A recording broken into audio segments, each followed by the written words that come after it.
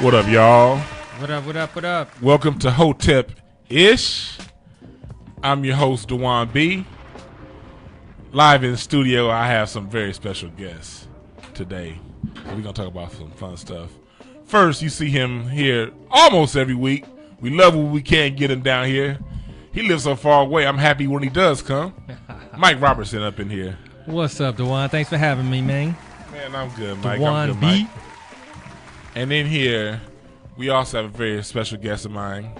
She has her own website. I love this website, Black Like Vanilla. It's always some cold profiles and stories up on that site of people that you ain't never heard of. And people you may have heard of, but you're going to get a different side of what they do. Doing it like that, huh? Yes. Clap it up for B in the building. Hello, hello, hello. Yes. We are live. I'm trying to do like a little watch party on Facebook, but I just got the new iPhone and it ain't moving right. You know what I mean? When you get the new iPhone. Oh, there it is. I got it right now. Cause like it's like everything moving slow. Yeah. And I messed up because like I put my other phone in the box to ship it off. You know how you ship it off, but I left the damn SIM card in there. And you need that SIM card. So I'm like, my email working, all my internet stuff working, but I can't call nobody, text messages, all that stuff. Yeah, that's terrible. And so I dropped it off at the UPS store, and then I looked up, like my phone still ain't working. An hour later, oh shit, I didn't do the SIM card. Oh damn, you couldn't so go I ran get back. it. Huh? No, they had it. It was a box right on top. It was a box right on top. So luckily for me, they had my SIM card, and then I can get here to you guys today. But anyway, it's a lot going on this week. First off, I want to talk to you real quick, B, about the site, the website, Black Like Vanilla. How did that get started? Black Like Vanilla got started drunk coloring. Drunk coloring. Coloring. Yes, I was doing some adult coloring, and I was using these color pencils that had the color didn't match the actual color. So like if the pencil was black, the scent of the pencil was vanilla. And when I was looking at that, I was like, vanilla isn't white. It's dark. Right. It's rich. But when I think of vanilla, I think of white, and I think of plain, and I think of boring, and that ain't it. And so when I started thinking about that, I started thinking about like the black narrative and how we don't have control over our stories and over our history. Okay. And that we need to redefine how we see blackness as well. So that's where Black Like Vanilla came tied into black history. And I like that because I got the connection right away. You know what I mean? Because most people don't know that vanilla it ain't white. It's not white. And it was the process of pollinating vanilla was done. Yeah. It was started by a black slave, and he taught the person who ended up doing it, and that person got all the credit. But I want to say his name is Albus. Okay. See, I like knowing stuff like that. Y'all know me. I like my history factoids. So now you know why I read her site so much. See. No, I'm happy to have you as a fan. I appreciate that because it's funny how it goes. Like the site was around for a while, and I just liked it, and I didn't know she ran it. We knew each other from like way back. Way back. And it was like, huh? You run what? Okay, that's what I'm talking about. Factoids and shit. So you anonymous on your site? Yes, I am. Oh, okay. I am, and it's partially. I mean, it's intentional for a lot of reasons, but one of the reasons is that I feel like when people know it's you, they approach it differently, and so I want people to approach it without having any preconceived notions. Like he did. Yeah. Exactly. Because when he told me, I was like, "Thank you." Like it meant something to me because I know how particular he is with what he consumes. Yeah. So the fact that how particular. Very. Yeah. Man, I can't hear myself in this thing. We hear you good though. Can you hear me? And if I'm too loud, let me know. No, you good. Okay, I hear myself now. We good. Now you good. So I like that because like we were just talking about, because when you're black, you do have, and you're giving just facts. No hate, nothing derogatory to anybody else, nothing that's going to down anyone else, no one's going to hurt, harm anything else. You're just uplifting us. because they don't uplift us, so we have to take on the mantle and do it for ourselves. We gotta do it for ourselves. We can't keep waiting. We can't wait for it. But at the same time, you make yourself a target, because there are people out there who like to target people, black people, just because we have pride in who we are and what we do. You know, you think about it, it makes sense, because when you start to really uncover our history, uncover who we are as a people, you see we've done so much. And for us to not know any of it, it has to be an active 24/7 process. Listen, Black Americans are the dopest people on the planet. Dopest. And the fact that we don't believe it or see it is crazy. It's criminal. We are so influential. I mean, by everything. far. Come on, way by far. Anything that got to do with anything cool, come from Black Americans. Yeah, exactly. Or anything that comes with, like, you know, soul. I mean, well, see, here's the thing. When you talk about these kind of discussions, literally everything comes from black people, because we was the first on the planet. Exactly, and Africa, I give y'all your props, because if we're going to really go there, the home country, to be clear. However, we got to recognize the home continent, but at the same time, I said continent. I didn't mean that. No, it happens. But at the same time, culturally, we have to know who we are as a culture here in North America, because what happened was when they had the transatlantic slave trade and brought a portion of us over here, you also had those of us who were already here, and we've come in different ways. Like, one thing that we have to remember, like when they say, well, black people been here, yes, we got to remember the first wave of black people to America are the Paleo Americans. They came 200,000 years ago. There's a woman that they found recently 90,000 years ago in San Diego. She was 90,000 years old. Her skeleton. The Paleo Americans, they were black. And then you had the Folsom people. So anytime you talk about Folsom, Georgia, Folsom, California, you're talking about grave sites. Folsom, New Mexico. These are all sites where these are black people that came around. We're talking now 50, 60,000 years ago. Isn't it ironic that the prison is Folsom? That's crazy, ain't it? It's like our history, but you have to put it in our face. Yeah. You know, and then after that, we had the Ice Age over here on the West Coast, so it wasn't too many over here. And then, and you know, the snow caps came down to Arizona, so the Ice Age is kind of changed where people are going to be living. Yeah. So then when those receded, you had the Algonquin people. And actually, the Algonquins were on the East Coast. The Algonquin, and those were Native Americans, black people. And then after the Algonquin came the people that we now know as the quote-unquote Native American. Those are the Asians that were escaping the Mongoloid Empire and escaping Asia during all those wars. They came across the Bering Strait and populated this land about 6,000-7,000 years ago. So those were they were the fourth wave of people to come over here. The first three waves are black, you know, and that's something that people don't tend to know. Right. And then the transatlantic slave trade was just the newest migration over here. With all that said, you have all these different forms of Africans coming together on plantations in Georgia and Alabama and Arkansas and New York City. Right. They try to act like slavery was only down south. The biggest plantation in American history was in Brooklyn, New York. Look it up. Really? Wow. Yes. I didn't know that. Me either. It was in Brooklyn. And so we have to know that, and we have to know that when those towers fell down on 9/11, that was the African burial ground, because black people weren't allowed to be buried in New York. The towers. The towers are built on an African burial ground. Yes. It sounds like some poltergeist shit. Yeah. Yeah. We also got to know that, you know, the Seneca Village. You know, that was it's really Senegal Village, because they're calling it Senegal. Yeah. It kind of got reworded to Seneca. Central Park. Yeah, but now they kicked all them black people off and made Central Park. That's crazy. You know what I mean? We got to know that Wall Street, the stock market, the stock was the cattle, the bonds were the black people in bondage, stocks and bonds. Right. You know, they were trapped under them jail cells. If you look at that movie Die Hard with a Vengeance, you know, when he goes to Wall Street, he goes underground, and there's like these big old chambers. Mm-hmm. Well, those were actually dungeons where black people were held in New York, because that's where black people were sold in New York. And they were marched down Chambers Street to Wall Street to be sold as stocks and bonds along with cattle. Look, think about insurance too. AIG Insurance Company. Yeah, insurance was created to protect their cargo, their human cargo. That's the reason it was created. AIG Insurance. They insured people from jumping off the goddamn ship. Yep. Exactly. They're like, you got 100 niggas, we got you. We know you ain't gonna get here for 70. Yeah. You know what I mean? Pay us this money, we got you for the 30. Yeah. You know, that's how they did it. Yeah.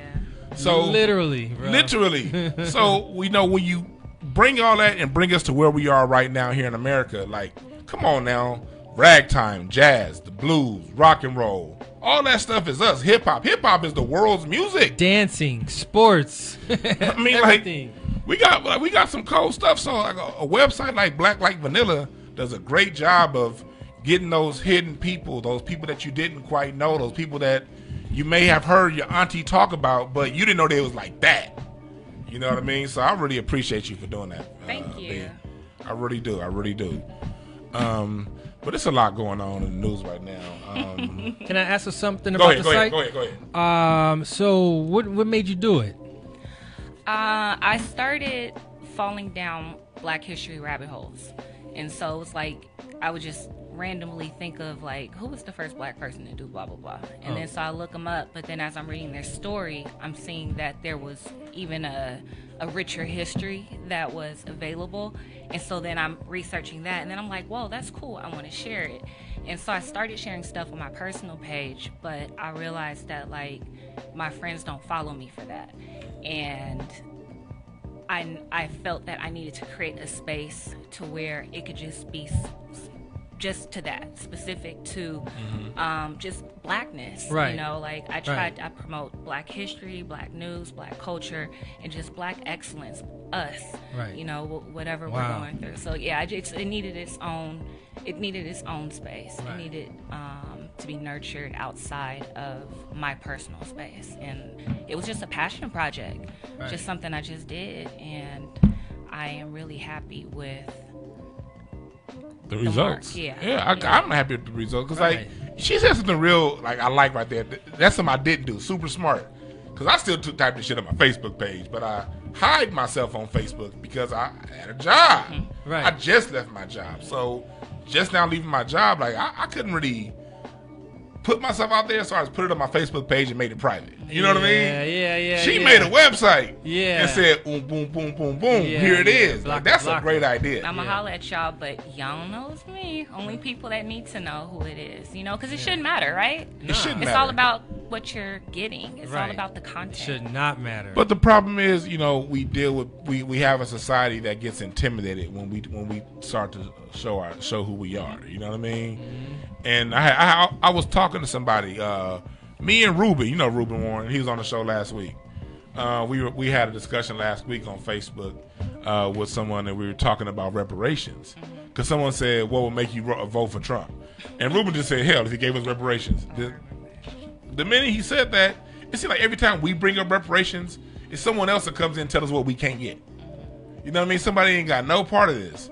And I tell people all the time, look, if your family came through Ellis Island after 1871, you ain't got no part of this discussion. Because this goes back to slavery. And slavery is a fight between, like, this reparations talk, this racism talk between Black Americans and white, this is a family fight. This is one thing people don't understand. Those are cousins.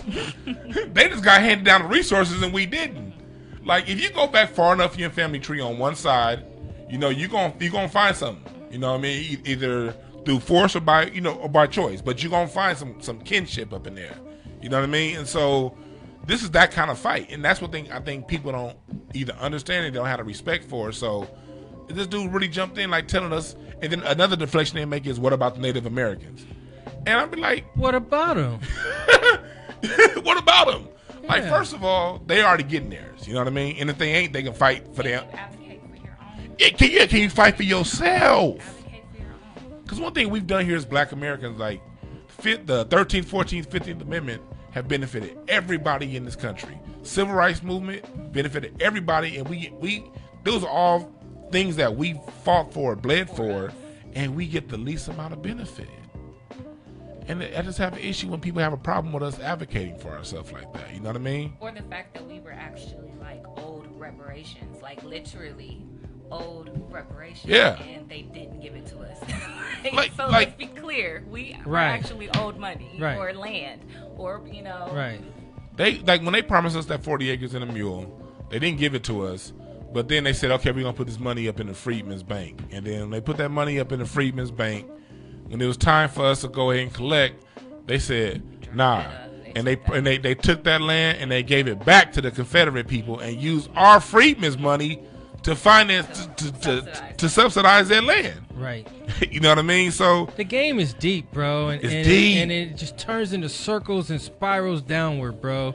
And we at the bottom of it, and we don't know the rules to the game. Yeah, we're just living at the bottom, man, trying to get our way up, man. And we fighting for it. And the thing about us, every time as a people, every time that we fought, we won. Like, people may seem like we were we was tearing some shit up before slavery. Like they had no choice. They was losing control. They were losing control. There was so many black people escaping that plantation and going in the house and massacring everybody up in there. You know what I mean? Like, they didn't have no choice. Yeah. Civil rights movement, people forget, we did not get our lights from "We Shall Overcome." No. Go back and study the 60s. Like, that was just the TV part. Nigga, black folks, like, it was like in Miami, they had a shootout with the police for like 3 days in a row. Chicago, Detroit, like, cats was getting on top of churches. Like, let's what up? Yeah, let's get with it. And then then Michael X came out saying by any means necessary. And so when they heard that, they said, "Fuck it, we might as well listen to this Dr. King." Yeah. That's our better bet. Was that Robert K. Williams? Robert K. Williams. They tried to silence him like on a big way. Yeah, they did. They tried Stokely. I mean, definitely Stokely. I mean, man, the one that breaks my heart. I mean, MLK definitely and Malcolm break my heart. But it's Freddie Hampton, man. Freddie Hampton, yeah. And last week was the 50th anniversary. Really? Last week, December 4th, was the 50th anniversary. When you think of how old he was, bro. 21 years old. 21. And the stuff he was saying, man, the leadership skills, the knowledge, the wisdom, it was like, dude, he'd been here before, man. He was running a tight ship and running the show. Yes. But bro. You saw that was exactly why they had to silence him. Man. Because he was that truth, spoke nothing but truth. Man, you couldn't have that guy in this country, bro. No. You couldn't have him alive, man. They couldn't. Absolutely not. You couldn't. Absolutely and not. did you see the room, man? Oh, yeah. They lit that room up, 91 bullets in, one shot out. And on top of that, you don't even know if he shot that out. They went in there and just turned that around one and guy said, that "Pow!" comes in. Right, exactly. And he was given a layer. The police were given the layer of his apartment by an informant. Oh yeah. You know what I mean? Somebody, because one thing we have to, because like black people, we're right back where we were in 1968 right now, and so I'm glad we talking about this. Wasn't where we're gonna go, but we're gonna keep going because it feels good. Mm-hmm. You know, we have to look back on the mistakes that we made, you know, during the civil rights movement. And one of the big mistakes we made was making it a big tent thing. Everybody's included. Because when everyone's not feeling good, everyone is your friend. But you don't really know who your friend is until everybody starts feeling good. And over the last 50 years, a lot of other groups that we included in has been feeling good. How do they share those resources with us? Do they share those resources with us? We have to ask ourselves, yes or no, you know? Mm-hmm. And so one of the issues we did, one thing the Panthers did, the Panthers allowed everybody in. And the main people that they allowed in all turned out to be informants, all through their organizations. You know what I mean? So as a people, we got to know that organization group thing ain't it. Well, see, to that point, kind of, I would say that one of the issues is, and it still is the fact that we feel that we have to be fully aligned. Yeah. I think that when you look back and you see how many black organizations there were black organizations that spoke to the different segments of black people. And just like, you know, we're not... Yeah, we're different. We all come in different shapes. Yeah. We all believe in different things.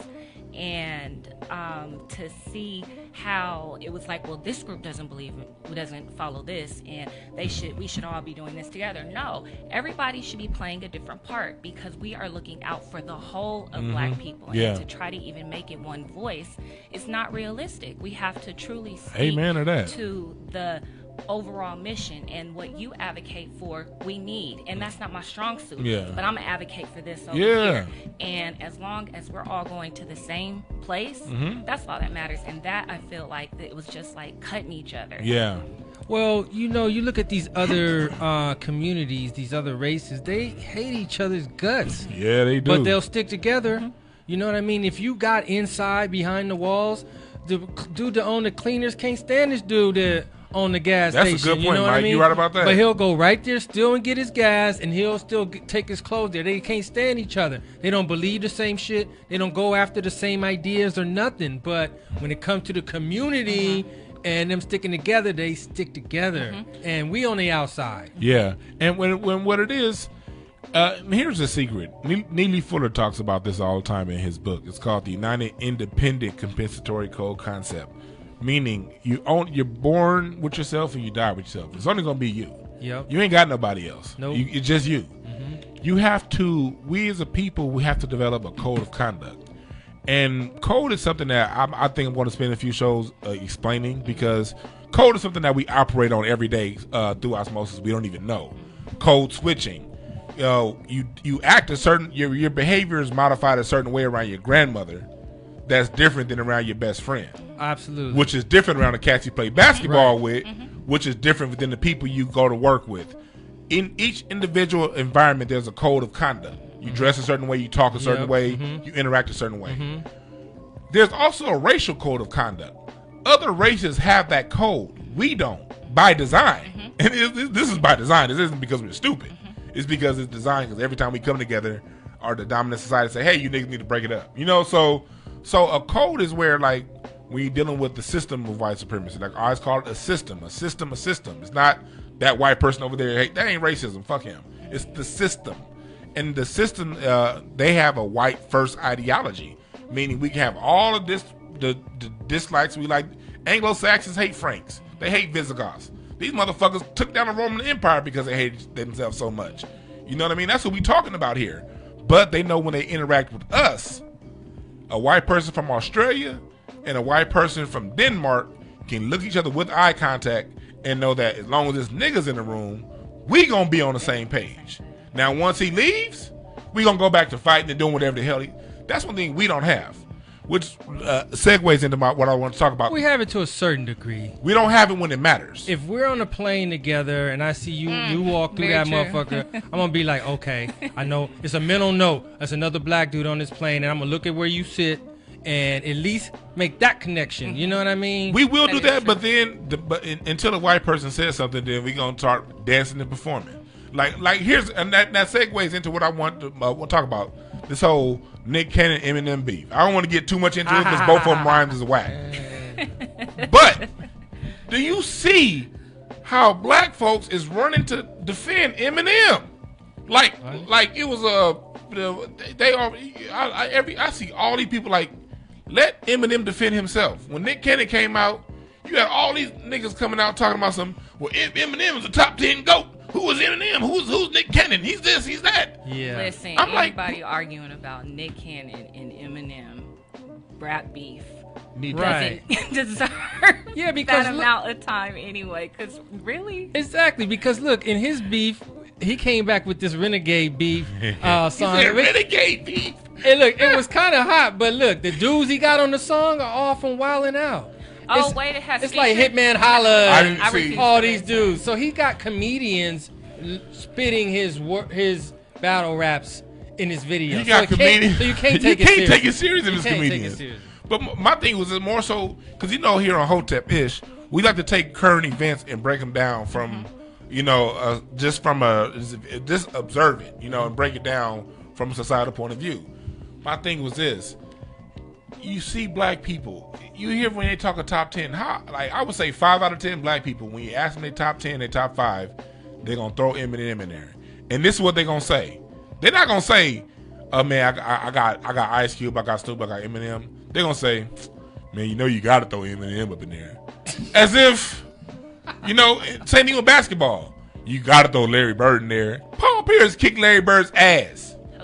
But it seems like when it comes to them, I always say this: if you want to know what a black person truly thinks, let them say it in front of a white person. Well, I would say this: you do have to throw Eminem in there. However, I don't feel that it's fair to just say all black people, even though in this one. Wait, in where? In the top 10? Yeah. I do. I feel. I mean, outside of Eminem being a white rapper, he is a dope lyricist. I guess if you that's judge okay. if If you judge the lyricism, I'm fine with that. Yeah. I mean, as a lyricist, if you have a reason, I don't care what. If you have a reason for what you do, that's fine. Most people don't have a fucking reason. They just go, you got to throw them in there. Yeah. Why? Well, if you say lyricism, yes, I give it to you because he's a bad MFer. Bad. But when you talk about meaning and feeling and what you take home and how it affects you and your culture and do you dance and do you I'll play? tell you why I never. I'll tell you why I never throw him in there. I'll tell you why I never throw him in there. In lyricism?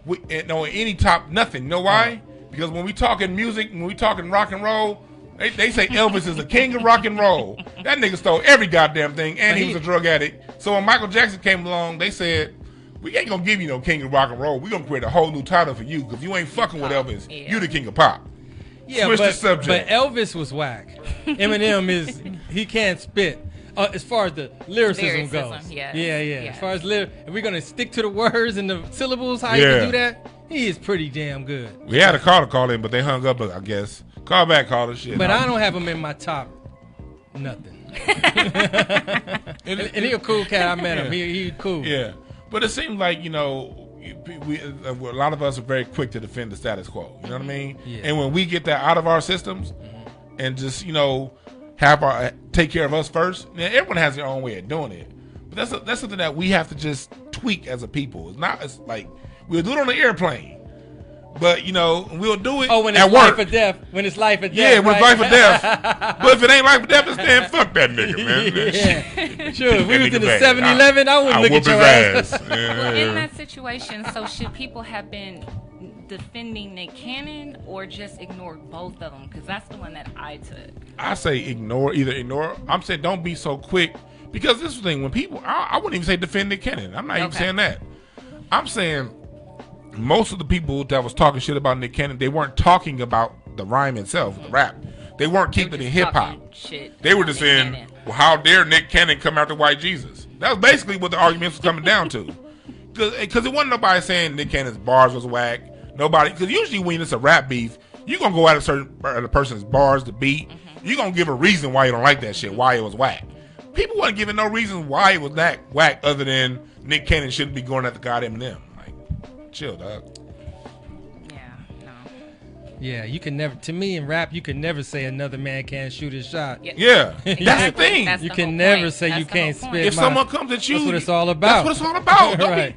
Hush up. That's all. Yeah. That's why he's all a bunch of hush up now. Let's Eminem talk about you. Just hush up, Nick Cannon. Hush up. Yeah. Like no, let him come back. Now if it's whack, let's talk about how whack it is. Right. That's like saying you shouldn't bomb on the bully. You know what I mean? You should just let him beat you up. You know? You gotta take your shot. You gotta take your shot. He might get you. Might catch one. Yeah. We got a caller calling in. Caller, what's your name? What's up, Deron? It's Aaron. What's up? Who's this? Aaron, go ahead. Oh, what's up, man? How you doing, Aaron? So I just called to chime in on the Eminem thing. Go ahead. This is what I hate about it. All this started from his little beef with Nick Cannon. Hey, if you on speaker, hey Aaron, if you on speaker, are you on speaker? Wait, it's hard. No, I'm on my Bluetooth. Oh, okay. Hold on, I'll turn it off. Okay. Yeah, let's see. What's that? Can you hear me now? Can you hear me now, Aaron? Is that better? That's better. Yeah, go ahead. Now, what were you saying? Okay, all of this started with his little beef with Nick Cannon. Yeah. And but my problem with the whole shit is Eminem ain't a good battle rapper. He's never taken out anybody with any credibility. Okay. Yeah. He picks soft targets. Well. And he ain't got not one classic battle, not one classic diss track. Not one. True. Now his album work is different. I'm talking about battling. Just talking about battling, yeah. Yeah. And so like what big name did he take out? John Lou? He was already out. He was already out. Ah, man. I mean, you might have that's a point. Like he's always going after soft targets and out. I don't really. You're going after the non-rappingest nigga in the history of rap music. Get out of here. You're right about that. People that like Nick Cannon raps drink that milk with two hands, you know. And you're spilling it. Yeah, so The nigga can't even win a rap battle on his own show. Fuck that. He does lose 9 out of 10. And that's who we giving him credit for taking out Nick fucking Cannon. Man, but DeJuan, you don't even rap and you beat Nick Cannon. Yeah, that's probably true. I can't rap a gift, but I'll probably get his ass. But thanks for calling in, man. I appreciate that, man. All right, no problem. We about to talk about your girl next. All right, get him. Your girl, who's that? In the news of the week. So disrespectful. Yeah, it's probably disrespectful. Go for it. Because this is going to segue into another talk about, the dynamics between men and women. But I want to start off talking about Lizzo. Oh, Lizzo? Yeah, like, did you see this? Did you see the picture, Mike? Yeah, I saw that. For those who don't know, thank you for listening on iHeartRadio, on AcceleratedRadio.net. And those listening on YouTube in the future, thank y'all for listening. Subscribe now to YouTube. But Lizzo, she came to a Laker game this week, and she had her butt out. She had a thong on, but my problem was she had her whole ass on and a thong.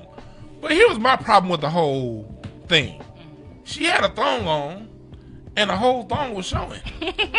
That shit was wide, huh? Usually a thong disappears and then reappears. Her thong looked like a T-square. I got nothing. I put a picture up earlier this week. It looked like that 105 to the 110 interchange. It was just, it looked like fuck and no. Looked like a sideburn going right down the middle. And if you and she had and you had your booty hanging out, and it was just a back. Man, it wasn't no curvature. It wasn't even it didn't even punch out of the holes. She had them big ass holes.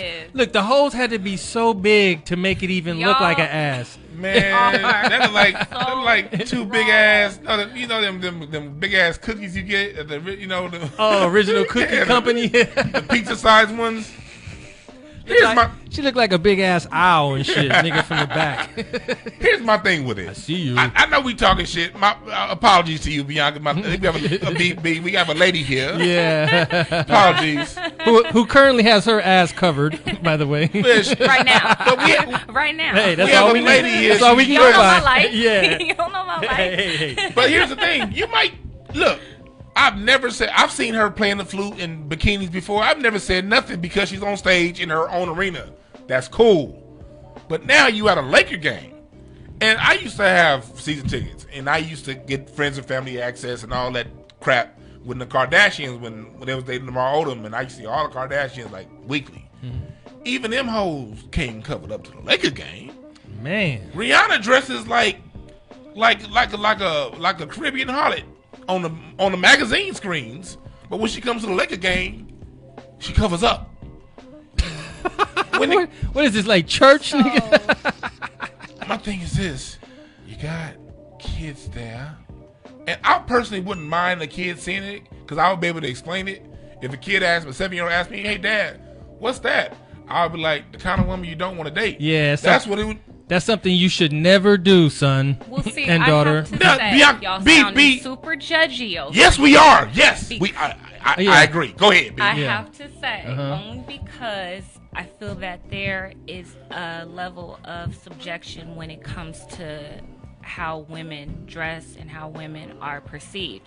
We have the whole thing, and I know people hate the cheerleader comparison because, as you stated, the cheerleaders are a part of the experience, but the cheerleaders and how they're presented are part of the experience because the people who run it made it so. They made the rule that a cheerleader can basically be in a bikini, and that's family appropriate. But a woman who's large, who has her ass out, that's inappropriate because this is a family space. But that's because this has been presented as family. Why is what the cheerleaders have on any different? And then to just add to that, men are allowed to take off their shirts. Maybe not in Staples, but at games. So I can have a guy out there, sweaty and big pop possibly, with his shirt off, painted, that's fine. But her ass out, like, I just feel like it's a lot. But also, outside of it being a lot, the fact that it's a conversation meant it was necessary. Like, we need to have these conversations, because I do feel that if that ass was a little bit tighter, it wouldn't have been an issue. And outside of that, with it being at Staples Centers, okay, stop. Stop before y'all go in. Finish this thought real quick.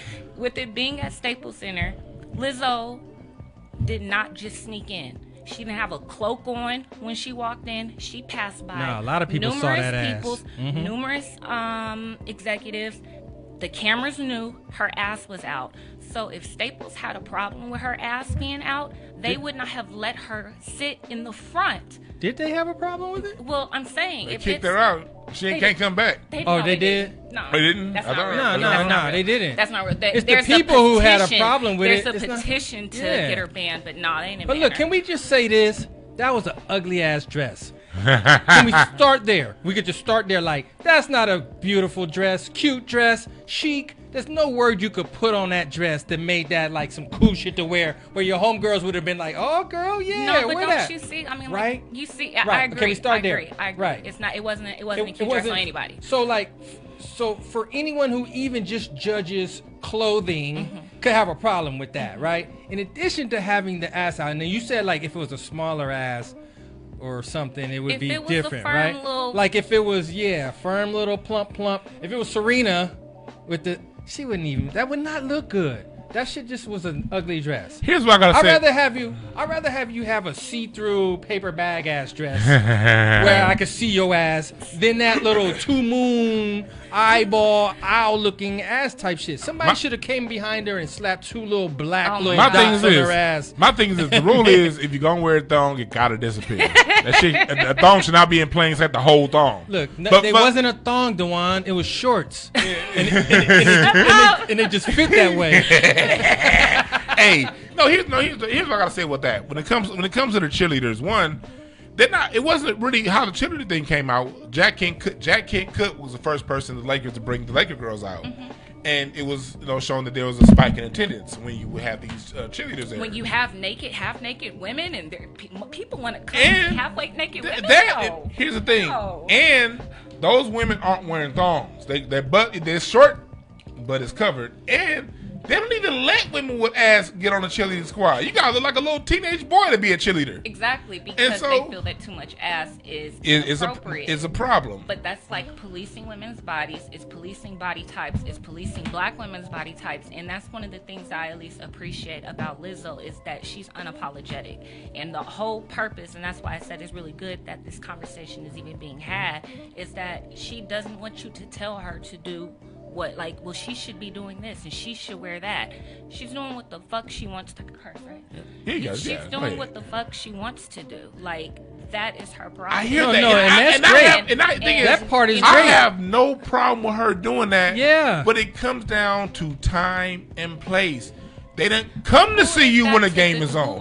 Just don't think I ain't gonna say no shit. No, it's not about it. And I respect that. I respect that. If whatever you do, you should be okay with the criticism that you receive. Yeah. That's all I'm saying. And no, for me, going back to what we were talking about earlier, Cole. Every environment, you're not going to go to a funeral in a red dress.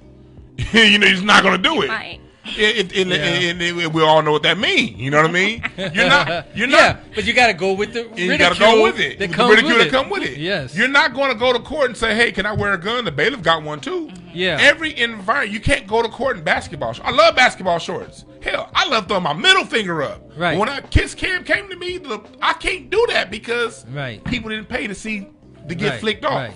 So in the code of that environment, people come to see the game. They come to see the show that's been there. You have to respect that show. Now at your own show, what the hell you want to wear on your own time? Do it. And then on top of that, okay, wear it. But then when the camera come around, you want to get up and twerk your no ass. Ooh, and dance. Looking like pizza dough before it get baked. But we got to call her in. What's up, caller? Caller, what's your name? Hey, it's Ruben. Oh, what's up, Ruben? Hey, what's good, man? I know y'all talking about Lizzo and stuff, man. We are. Only thing that's funny to me is everybody trying to hide her behind fat shaming and body shaming. But nobody said body shaming when we clown Miley Cyrus wearing them shorts and was saying that her ass looked like some chicken meat. Nobody said, "Ooh, you body shaming her." Yeah, and we're doing the same thing with her. We just roasting her because she looked ridiculous. She was appropriating. Miley Cyrus was twerking on stage, appropriating. That's why she got roasted. But she also got roasted for having no ass. Like she had no ass appropriating and was twerking. So it was like double. The dude was like, she ain't got. We was clowning the shit out of her. But people roasted her appearance, though, the same way that we're roasting Lizzo. And now all of a sudden, because of roasting Lizzo, everybody's saying, "Oh, you fat shaming and body shaming." But it's like, no, she's just another public person that's getting roasted like any other person that's famous and does something in the public that everybody responds to. So to say that it's because she's fat, when we've roasted tons of celebrities on the internet for since social media had existed. Celebrities, it's a new celebrity every week. Why are we trying to make her exempt because she's a bigger girl? Like, no, if you're out here doing public antics, then you're going to get a public response like any other celebrity. And you can't hide behind, she big because she needs to be exempt from that. It's like, if you're out here doing stuff for the public, you're going to get roasted by the public. You know what, though? What people want, man, when it comes down to it, people want you to eliminate roasting altogether. Yeah. People hate roasting as a part of our society. Damn, I can't talk shit about your ass no more. Don't wear no fuckery, bro. You know what I mean? That's part of the fun of life. Yeah, we can't get rid of roasting, man. Come on. So if we accept yes or no to roasting, if you accept yes and you wear some shit like that, you're going to get roasted. Especially when your ass like... Majorly. Especially when your ass like 2 bus steering wheels. 2 goddamn front seats. Man, like turntables. That's a good point. And here's the thing. I'm glad you called in, Ruben, because I have to protest the body shaming thing for one thing, the whole fat shaming thing for one thing. One reason. I'm fat. I was born 10 pounds plus. I was the kid. I started wearing my daddy's pants when I was 11. You know what I mean? People don't understand that. I was fatter than my brother. I was fatter than my brother by the time I was 10. Like, I've never seen a skinny. I've never had one chin. Put it like that. So, like, Dewan, I think you have every right to talk about this damn subject matter, Dewan. Let's go deeper. Because here, the only acceptance that exists is self-acceptance. Because as a fat dude, I've been having titties my whole goddamn life. You know how many jokes I had coming my way? And then don't nobody feel sorry for you. Nobody feels sorry for me. But you know what? When I learned to love myself, when I hated myself, it was a problem. Wow. But when I learned to turn inside and get the love of God inside of myself, for myself, the world around me changed. Preach on. And the women started loving my titties. The women started loving my belly. And any nigga that has something to say, I clowned the shit out of that motherfucker and made him rethink his life. Did they squeeze those titties? Yes, they did. My wife loved them. Every night. So when it comes down, pull herself up out the tub with them, huh? My wife will come home and grab my titties, and I'll be like, "Let's go, baby." Shit, I love myself. Come with me. Now I am gonna lose some weight for a little bit because the blood pressure recently got a little higher. So I'm like, all right, go. Don't play with it. But it's still good though. And so, a lesson for Lizzo. So when it comes to this whole, we not about to start a whole fat shaming protest, nada, because people calling you fat. Think about the fat people. Let me speak to my other fat people out there. You got drunkards calling you fat. You got people who are skinny, but they can't put the bottle down. You don't listen to that motherfucker? Right. But I feel like there's a difference between even roasting and just being mean or highly offended. And I feel that the response was an overreaction as far as how people are. They just seem so appalled and disgusted, and that's where I feel because it was appalling and disgusting. That's where I feel that the weight comes in. That's where the difference is. Like, there's one thing to actually have an opinion about. Have you ever right? seen something so egregious? Egregious. So on that, perfect timing. I don't know if we can actually show it, but somebody sent me a picture of this magazine cover called Thick, and it had 5 huge black men, guts and all, in just, underwear, and they're posing, and it's body confidence. And I looked at that, and I was like, interesting, you know, to see it from like with men and looking at that and being like, put your shirt on. But at the same time, wanting to see so you if did feel I that keep way that truthfully. same energy as far as defending them. When I look at that, do I look at them and I say you're brave? Do I look at them and say how I admire your confidence? Well, what do you say? It looked nasty, You right? know, I'm still processing. But at first, it looked nasty, But right? truth be told, I'll be 100% transparent. I'm gonna show it to you. When I saw it, I was like, "Is this what guys see when they look at Lizzo?" No, Because no. just wait. Yeah, because No. and I'ma look, tell you and why. they didn't march to the, Go they didn't march to the ahead, Staples Mark. Center. Go ahead, Warren. Ruben. Oh, we made fun of Rick Ross since he came out with "Every Day I'm Hustling," taking that's his true. shirt off. Nobody cried body shaming. Oh, I Nobody know. said you Yeah, fat shaming. we clowned the shit out of Rick Nobody. Ross. Yeah. We always joked about Rick Ross taking his shirt off and being fat. But now all of a sudden Lizzo exempt all of a sudden. And then if these dudes did it at a game, it would be different than on a magazine. But like going back to the whole body shaming thing, no. Lizzo has a sorry ass. Now, Yeah. because me personally, I've always loved thick women. Yeah. I love the There's no BBWs. shape to it. Yeah. I have no Yeah. shame of me loving the big BBWs, but most BBWs got curves in their ass. It look like a question mark. That's right. Her shit look like a exclamation mark. So what y'all saying is She if could- the ass was a little bit fatter, If it would be wasn't, different. no, It if it would've was been- an it would've been ass, more- If it was an If it ass, was yes. an ass. Not a long back. lower back and upper thigh coming put some- together and to put help some this lotion lady. on it. And it was an ashy ass too. Yeah, She looked like she just got knocked into the sandbox. yeah. She do everything horizontal and shit. Just move around on her back. Like, is somebody holding a mirror behind your back, lady? Why ain't nothing sticking out? She gotta lay down to use the bathroom. I guarantee you, if she has some curvature, it'll be like, It'll man, be she like, shouldn't have done that. But niggas be ooh. like, man, but shit, I still Ooh, hit. I saw- yeah. But we don't like flat asses, big or small, as dudes. Like you don't have to be a huge round, but Just one. and if you don't have one, that's cool too. Niggas ain't gonna just like just cover it up. Yeah, you ain't got to show it like that. Wait. It's like not having an eyeball Skinny and you ass- don't wear your eye patch. Same thing. If you don't have an B. eyeball and you don't wear your eye patch, niggas gonna be like, what the fuck? And on is top of that, B, don't we all clown? Go back to Baby Boy. When we all saw Baby Boy, what do? We clowned the shit out of Snoop because he was too goddamn skinny to be in a tank top. Yeah. Now, if it was a dude that was a little swole, people would be like, all right. And But we clowned Tyrese because he couldn't act yet. Really.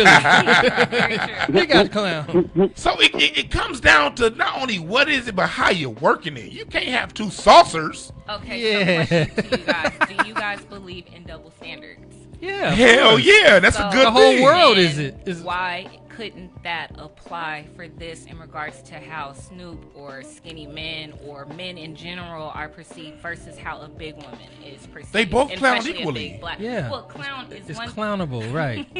Like clownable. if as a dude, if you see a bony dude coming in tank top, other dudes gonna be like, nigga. Yeah, look, Really? look, Like- where it's all drooping right here and shit. It ain't gripping on nothing. It's not only gonna be jokes. It's doesn't gonna be fit. like, what's this dude's problem? No, I get that, but like, would there be 2 days of news articles and think pieces on a guy, A skinny wearing guy that? with if- his ass out? Yes, maybe. A Well, no, skinny- not ass out. Now See, with his ass but don't out. Now with change his it. ass out. You got to use the Now with same his ass example. out. If a skinny dude wore some shit draped on him with his little skinny ass out at the Staples Center, we But got to it's keep the different. whole Hey, thing. and picture picture. to have let's his think ass about out. Prince. Prince became a story for like a year. He was the subject of In Living Color of everybody when he put his ass Oh, out. true. That's the subject of that's a different topic. But I'm saying, but what I'm saying is, but okay, let's take it to today. Let's go to a boxing match. You have two guys in the ring with their shirt off. If Terry Crews marched his happy ass down to the second row and took his shirt off and started doing that Old Spice commercial shit, it would be a deal. It'd be like, no, yeah, like, dog, this ain't the environment now. Because I remember, Would there be think pieces on? yes, there were think pieces on Terry Crews when he took his shirt off at the stock market. When they were premiering that movie and he was down there with Sylvester Stallone and he took his shirt off. It was whole articles like, why are you taking your shirt off at the stock market? Like, nigga, But put a see, suit it on. would have to be, once again, to keep it equal, apples and apples, he would have to wear a shirt with two big ass holes on it. Having his titties It out. looking ridiculous. Yeah, looking ridiculous. And then you could judge it like, oh, would you be doing that? Of course you would. Let's go back to Rick Ross. Okay. Think if Rick Ross got in his next video. No, I'm sorry. I'm not change the scenario. Came to the next game at the Staples Center with a long ass shirt on with two big ass with his titties circles out, with his titties hanging out the circle. Talking about don't fat shame me. He will be roasted. It won't be about none of that. It'll be about he would be memed and he would be roasted. Yes. But he would not. There would not be this level of conversation about it, and this level of critique, and this level of emotion. But people only making it that level though because it's Lizzo and she hides behind the body positivity though. That's what's making it the conversation. Everybody's roasting her though just on some regular like she looks ridiculous. So people talking about it, but because she got that movement behind her, so it makes it like, oh well, we can flip the roasting into making it an issue of shaming, but that's not really what it is. It's just she getting roasted like everybody else. It's no deeper level or nothing like that. It's just she looks ridiculous. She did something in the public, and the public is responding. Let's bring a proper context to it. Also, it wasn't just that she wore it to the game.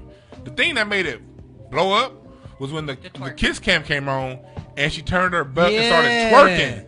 That's when it became a big deal. Yeah. Because it was like, okay, not only...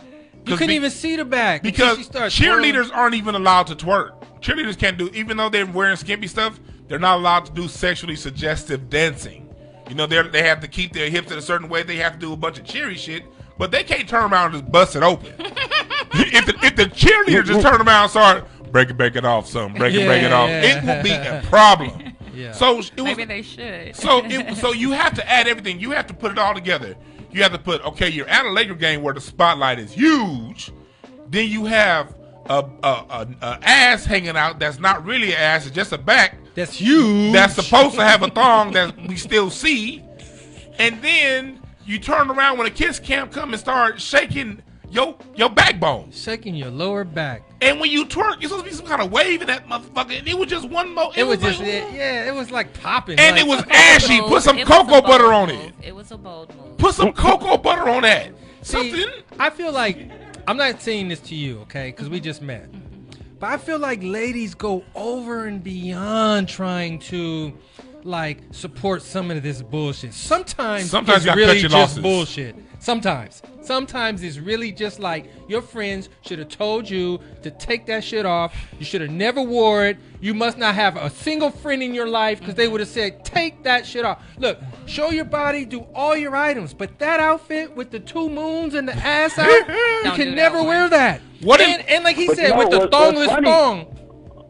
Go ahead, Ruben. What's funny, though, is that she had her video dropped the very next day. So what it really was just a publicity stuff because the very next day she had a music video that dropped. So she, to me, it looked like it was planned. Like she did that to generate conversation. I think her people. That's why you can't be mad at her.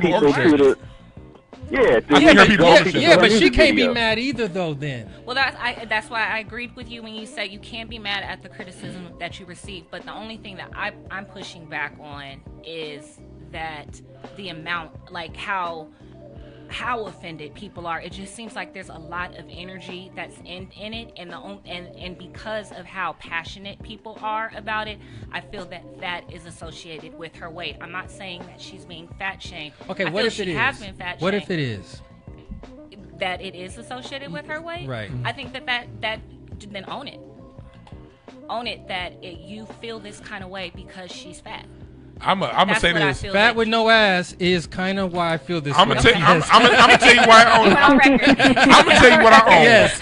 I'm gonna tell you what I own. It wasn't in the proper environment. I own that, and I own this no ass. Yeah. Like it's an ugly ass. Yeah. If we talk asses on a scale of 1 to 10, she's at a 1.5. Yes. You know what I mean? And maybe a 0.9. You know, yes. and so plus I want to bring up one thing. And this can tie this all in together. We celebrate Lauryn Hill.